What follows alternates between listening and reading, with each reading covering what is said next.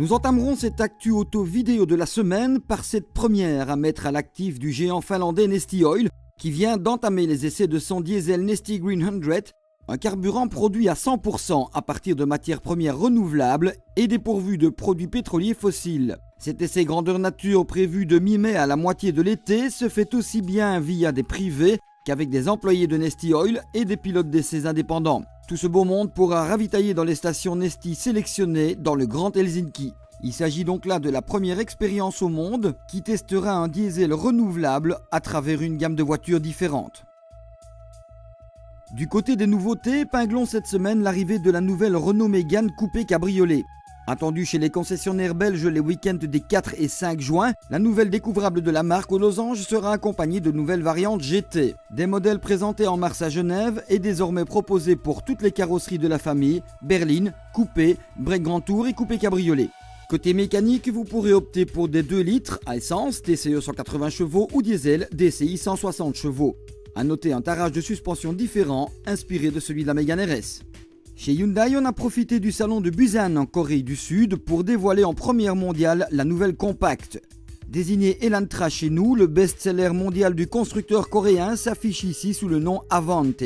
Techniquement, elle adopte le nouveau 1600 GDI codé Gamma de 140 chevaux à injection directe d'essence, accouplé à une boîte 6 automatique. Pendant ce temps, le cousin Kia Soul vient de se voir décerner le titre de Best Family Cars 2010, meilleure voiture familiale de l'année aux États-Unis. Chez Volvo, le système d'évitement de collision City Safety a été mis à mal lors d'une démonstration avec une S60 face à la presse. Le résultat se passe de commentaires. Bref, il y a encore du boulot, mais faisons confiance à la marque de Göteborg qui célèbre précisément les 10 ans de son centre de sécurité de Torslanda. Plus de 3000 crash tests ont été organisés là sur une décennie pour faire de Volvo l'une des marques les plus sûres en termes de sécurité. Le Concorso d'Eleganza Villa d'Este est toujours bien fréquenté. Cette année encore, BMW a profité de l'événement italien pour présenter ses 328 Mille Roadster et 328 Coupé Cam, ce dernier reprenant le nom du pionnier allemand de l'aérodynamique, Willibald Cam, disparu en 1953. 60 ans après sa fameuse victoire des Mille Miglia, BMW Classique a recréé cette voiture de course légendaire, une petite merveille, il va sans dire. Et l'élégance, on sait ce que cela veut dire chez Bentley. À vous de juger au travers de ces premières images d'action officielles tournées en Écosse, qui donnent la vedette à la Mulsanne, tout nouveau vaisseau amiral de la marque. Filiale utilitaire de Fiat, Iveco devient comme le géant italien automobile, sponsor officiel du team Yamaha de MotoGP.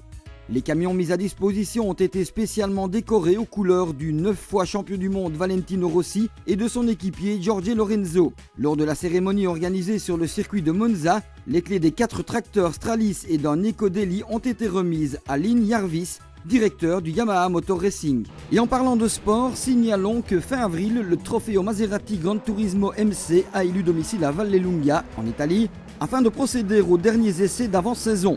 Le coup d'envoi est prévu le 23 mai prochain à Monza. Une petite vingtaine de pilotes venant de différents pays d'Europe participeront à cette compétition monomarque et UP. À la semaine prochaine.